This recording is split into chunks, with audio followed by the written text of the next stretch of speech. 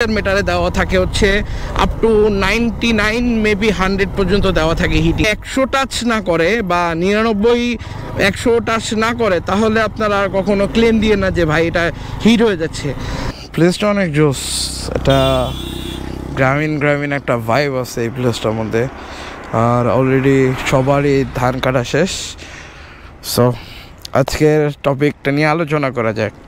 তো আজকে টপিকটা খুবই সেন্সিটিভ, তো চলো রাইড করতে করতেই বলা যায় ব্যাপারগুলো। Hey yo, what's up guys, it's Mr. Action and welcome to my channel. So তোমাদের জন্য আজকে নতুন একটা ভিডিও নিয়ে আসলাম। এই ভিডিওর টপিকটা মানে কাইন্ড অফ জোর করেই দিতে বাধ্য হচ্ছি, কারণ ইদানিং এই কোশ্চেনটা খুবই আসতেছে। সেটা হচ্ছে heating issue of GPX demo. So basically start up শুরু করি যে একটা বাইক কখন হিট হয়, কেন হিট হয়, কী কী করলে বাইকের হিটিং ইস্যুগুলো কমতে থাকে, স্পেশালি জিপিএক্সের হিটিং ইস্যুগুলো কেন আসতেছে, আর আসলে কি হিটিং ইস্যু নাকি আপনাদের ভুল ধারণা। তো এইসব ব্যাপারগুলো নিয়ে আজকে আমি কথা বলবো। সেটা হচ্ছে ভাই আমাদের এখানে মানে অন্যান্য বাইকের তুলনায় সুন্দর একটা জিনিস দেওয়া আছে, সেটা হচ্ছে আমাদের টেম্পারেচার মিটার দেওয়া আছে এখানে। যেমন এখানে আছে অলরেডি 68 ডিগ্রি সেলসিয়াস চলতেছে আমার বাইকের ইঞ্জিন। তো অনেকে কমপ্লেন যে ভাই আমার জিপিএক্সের ইঞ্জিন অনেক হিট হয়ে যাচ্ছে, ইঞ্জিন বারবার হিট হচ্ছে, কেন হচ্ছে, কী কারণে হচ্ছে, জিপিএক্সের নাকি হিটিং ইস্যু আছে। এই সবগুলো কোশ্চেনের অ্যান্সারগুলো এখন দিব। সেটা হচ্ছে যে ভাই আমাদের জিপিএক্স যেমন 165 GR এর যে ব্যাপারটা, সেটা হচ্ছে যে শুধুমাত্র যে জিপিএক্সের ব্যাপারটা তা না, অলসো সব বাইকেরই মোটামুটি যদি আপনি এই যে 1 নাম্বার বা 2 নাম্বারে গিয়ারে গাড়িটাকে খুবই রেস্ট করতে থাকেন, তাহলে দেখা যাবে যে দেখেন আপনি 1 নাম্বার 2 নাম্বারের গিয়ে আমি একটু বাইকটা ঘন ঘন চালাবো, দেখবেন যে আমার ইঞ্জিনে হিটটা বাড়তেছে আস্তে আস্তে। এই দেখেন 69, আস্তে আস্তে হিটিং ইস্যুটা বাড়তে থাকবে।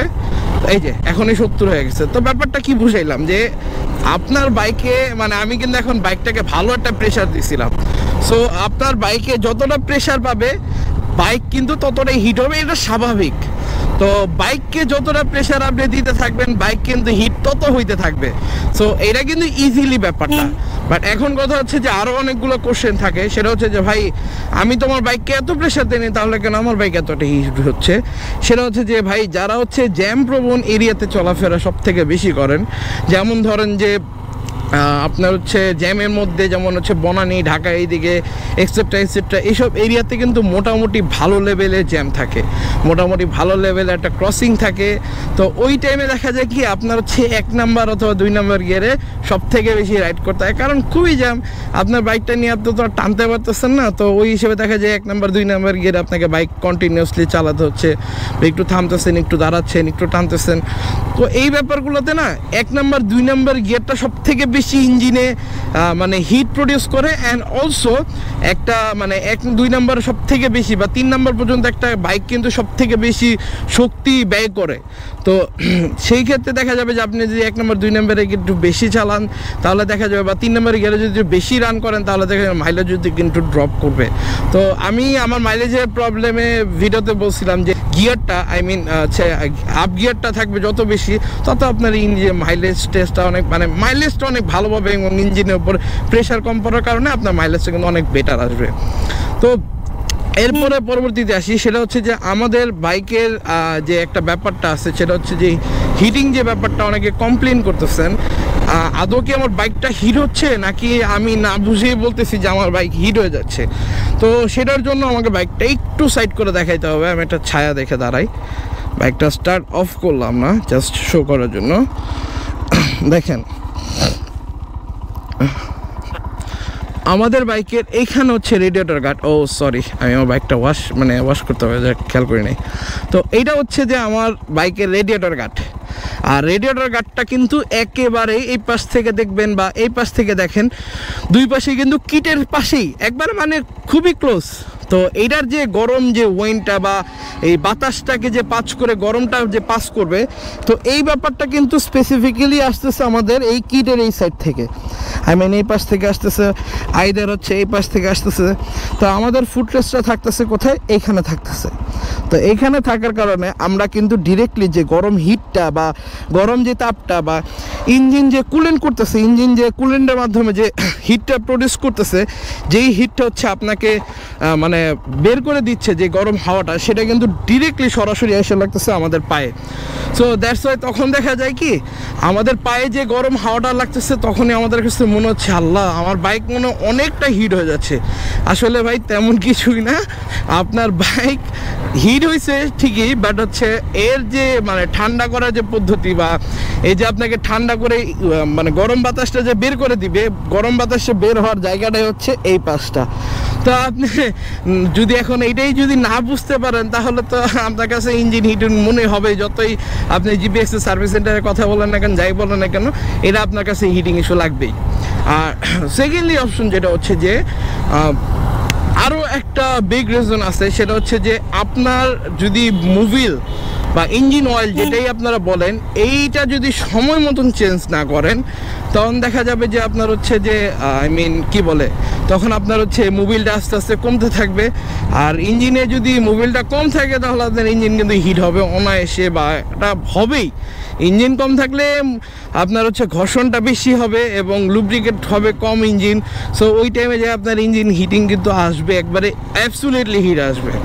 তো এই হচ্ছে ব্যাপারগুলো। আর আরও কিছু কিছু ব্যাপার আছে, সেটা হচ্ছে যে কুলেন্টের একটা ধারণ ক্ষমতা থাকে। যেমন আমাদের ইঞ্জিন অয়েলের যেমন একটা লিমিটেড টাইম থাকে, এত কিলো চলার পরবর্তীতে এর ধারণ ক্ষমতাটা নষ্ট হয়ে যায় আস্তে আস্তে। তো এরকমও কিন্তু কুলেন্ট ওয়াটারের একটা ধারণ ক্ষমতা থাকে। তো কুলেন্ট ওয়াটারে ম্যাক্সিমাম আমি যেটা ইউজ করি সেটা হচ্ছে ফোকাসের সামার কুলেন্ট, যেটা ওইটাই ইউজ করে থাকি। ওইটা জিপিএক্স রিকমেন্ডেড, ওইটা জিপিএক্স সকল বাইকে ইউজ করে থাকে তারা। তো ওই হিসেবে দেখা যায় যে আপনি যদি ওইটা ইউজ করেন, ওইটা মোটামুটি একটা সুবিধা আছে, অনেক বড় সুবিধা। সেটার প্রাইস কিন্তু আপনার হচ্ছে মেবি এখন জানি না কত, তবে আমি যখন কিনছিলাম তখন এটার দাম ছিল 700 টাকা। তো 700 টাকা যে কুলেন্টটা, সেটা হলো 1 লিটার কুলেন্ট। আর এটার সবথেকে বড় বেনিফিট হচ্ছে যে আপনি 500 ml পানি আর 500 ml ওই কুলেন্টটা ইউজ করতে পারবেন আপনার বাইকে। দ্যাটস মিন আপনার কুলেন্ট লাগবে এখানে 1 লিটার। সো সেক্ষেত্রে আপনি 500 গ্রাম হচ্ছে ওই কুলেন্টটা ইউজ করবেন আর 500 গ্রাম হচ্ছে লিকুইড পানিটা ইউজ করবেন। তো আপনি দেখা যায় যে 700 টাকা দিয়ে একটা কুলেন্ট দিয়ে আপনি অনায়াসে 2বার কুলেন্ট চেঞ্জ করতে পারবেন। আর ওই একটা কুলেন্টের মোটামুটি তারা মেয়াদ বলে দেয় হচ্ছে 2500 থেকে 3000। তো বেটার হবে 2500তে আপনি আপনার কুলেন্টটা চেঞ্জ করে ফেলবেন, তাহলে ইঞ্জিনে যে হিটিং ব্যাপারটা এটা একবারেই থাকবে না। কারণ ওরও তো একটা নিজস্ব ধারণ ক্ষমতা আছে, বা ওরও তো একটা লিকুইডের ব্যাপার স্যাপার আছে যে সে কতটুকু তাপ নিতে পারবে, এত টাইম পরে আপনার এই হিটটা অ্যাবজর্ব করতে পারবেন এরকম ভালো মতন। তো এই হচ্ছে ব্যাপারগুলো। আর আপনারা যদি আফটার মার্কেট কোনো কিছু ইউজ করেন, ওগুলোর অলমোস্ট প্রাইস মনে হয় 500-600 টাকা। ওগুলো আপনি একবারই ইউজ করতে পারবেন, বাট ফোকাসেরটা আপনারা ডবল টাইম ইউজ করতে পারবেন। আর আমি প্রেফার করবো যে ফোকাসেরটাই ইউজ করার জন্য কুলেন্টটা। এই হচ্ছে ব্যাপার। আর আরও একটা ব্যাপার আছে, সেটা যদি আপনি স্পেসিফিকলি জানতে চান, সেটা হচ্ছে যে ক্লাস অ্যাডজাস্টমেন্ট। আপনার যদি ক্লাস অ্যাডজাস্টমেন্ট ভালো মতো না থাকে, ইঞ্জিনের অলওয়েজ একটা প্রেশার থাকবে। আর ইঞ্জিনের প্রেশার থাকা মানেই তো বললাম যে ইঞ্জিনের উপরে আপনি যত প্রেশার দিবেন আপনার পারফরমেন্স ততটা ড্রপ করবে। সেটা হোক মাইলেজ, হোক সে হিটিং ব্যাপার, যাই বলেন, প্রতিটা জিনিসই মানে আপনার ইঞ্জিনকে আপনি যতটা প্রেশার দিতে থাকবেন আপনার পারফরমেন্স ততটাই ড্রপ করতে থাকবে। তো আপনি যদি এখন টপ স্পিডে ইচ্ছা মতন বাইকটা চালাইতে থাকেন, আপনার মাইলেজ কিন্তু অবভিয়াসলি কম পাবেন। আর আপনার যদি বাইকে 1 নম্বর 2 নম্বর গিয়ারে চাপ দিয়ে প্রেশার দিয়ে আপনার বাইকটাকে রান করাতে থাকেন, তাহলে দেখা যাবে আপনার হচ্ছে হিটিং ইস্যুটা আসতে পারে। আর লাস্টলি কথাটা বলি, এইখানে টেম্পারেচার মিটারে দেওয়া থাকে হচ্ছে আপ টু 99 মেবি 100 পর্যন্ত দেওয়া থাকে হিটিংয়ের মানে কাটাটা। তো আপনারা যদি কখনো যদি 100 টাচ না করে বা 99-100 টাচ না করে, তাহলে আপনারা কখনো ক্লেম দিয়ে না যে ভাই এটা হিট হয়ে যাচ্ছে। আসলে ওর টেম্পারেচার মিটারে দেওয়াই আছে হচ্ছে 100 কাটা পর্যন্ত, বাট যখনই আপনার 100 হয়ে যাবে তখনই বুঝবেন যে হ্যাঁ আপনার বাইকে অ্যাকচুয়ালি হিটিং ইস্যু আছে। অথবা আপনি কুলেন্টটা চেঞ্জ করে দেখতে পারেন। তখন কুলেন্ট চেঞ্জ করার পর যদি দেখেন যে না হিটিং ইস্যুটা মানে কমে গেছে, তখন তো ভালোই, তখন আপনার কেয়ারফুল থাকেন যে কুলেন্টটা এতদিন পর পর আবার চেঞ্জ করতে হবে। আর যদি দেখেন না কুলেন্ট চেঞ্জ করার পরবর্তীতে আপনার বাইকে আবার ওই 99-100 এসে পড়তেছে অটোমেটিক্যালি, যেমন এখন আপনি নর্মাল রাইড করতেছেন, তারপর আপনার বাইকে এখন যদি 90-95 থাকে আর আপনার লিকুইড কুইল ইঞ্জিনটা যদি আপনার অন না হয়, তাহলেই বুঝবেন যে আপনার ইঞ্জিনে হিটিং ইস্যু আছে অথবা ফ্যানে কোনো ডিস্টার্ব আছে। তো বরাবরই বলবো যে আপনি কিছু কিছু মেনটেন্স যেগুলো আপনি আগে করে নেবেন, দেন তারপরে যদি হিটিং ইস্যু থাকে তাহলে বলতে পারবেন যে হ্যাঁ আপনার বাইকে অ্যাকচুয়ালি হিটিং ইস্যু আছে। সেটা হচ্ছে 1 নাম্বার হচ্ছে মোবিলটা ভালো মতন ড্রেন দিতে হবে। দ্বিতীয়ত ক্লাচের ব্যাপারটা আছে, যে ক্লাচ অ্যাডজাস্টমেন্টের ব্যাপারটা আছে। তৃতীয়ত হচ্ছে আপনার কুলেন্টটা রাইট টাইমে চেঞ্জ করতে হবে। চতুর্থ হচ্ছে যে আপনার বাইকের মানে 1-2 নাম্বার গিয়ে আপনি প্রেশার দিয়ে ইঞ্জিন হিট বানায় পরে বলতেছেন যে ইঞ্জিন হিট হচ্ছে, তা না। আর 5 নাম্বার ব্যাপারটা হচ্ছে যে আপনার যে বাইকের যে মানে অ্যাকচুয়ালি যে কুলেন্টের সমস্যা কিনা সেটা হচ্ছে প্রপারলি চেক আউট করে দেন আপনি হচ্ছে জিপিএক্স সেন্টারে যাবেন। না হলে হয়তো বা আপনাকে যায় বলবে যে না ভাই আপনার কোনো সমস্যা নেই, দেন আপনার একটা জিপিএক্সের মানে উপরে একটা ব্যাড একটা রিভিউ দিতে পারেন যে না জিপিএক্স আমার প্রবলেমটা সলভ করে দিতে পারেনি। আসলে জিনিসটা বুঝতে হবে যে এই জিনিসটা কেন হচ্ছে, কী কারণে এরকম হচ্ছে। আপনি যদি না বুঝে কমপ্লেন করেন তাহলে তো ভাই হবে না। তো এই ছিল আজকে আমার ভিডিও। তো ভিডিও ভালো লাগলে অবশ্যই ভিডিওতে like, comment, share and subscribe করবা। আর এরকম যদি কোনো রকম কোশ্চেন থাকে অবভিয়াসলি আমাকে জানাবা, আমি চেষ্টা করবো প্রতিটা কোশ্চেনের অ্যান্সার দেওয়ার জন্য। আর যদি খুবই হট টপিক হয়ে থাকে, কোশ্চেনটা যদি অনেক মানে একটু হাই কনসেপ্টিভ টাইপের কোশ্চেন হয়, তাহলে আমি চেষ্টা করব এরকম রিভিউ ভিডিও দেওয়ার জন্য অথবা রিপ্লে ভিডিও দেওয়ার জন্য। তো এই পর্যন্ত সবাই ভালো থাকবা, সুস্থ থাকবা। আসসালামু আলাইকুম।